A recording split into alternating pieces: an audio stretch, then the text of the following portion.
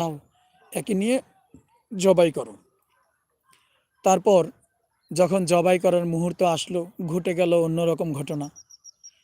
দেখো ওই বাচ্চা 7 বছরের বালক আকাশের দিকে তাকায় আর মুচকি মুচকি হাসে।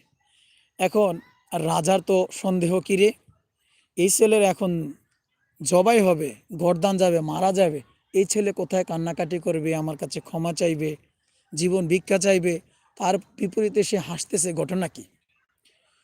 তখন রাজা বলল, এই ছেলে হাসতেছো কেন? এখন তো তোমার কান্না করার কথা ছিল। তখন ছেলের জবাব দেয়, রাজা মশাই, এই দুনিয়াতে একটি মানুষ আসে পিতামাতার মাধ্যমে।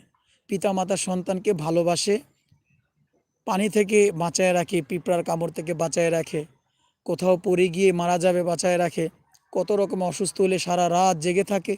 সেই পিতামাতা সন্তানকে কত ভালোবাসে, আজকে সেই পিতামাতাই আপনার কাছে বিক্রি করে দিল। তো যখন পিতামাতা আমার উপর জুলুম করলো,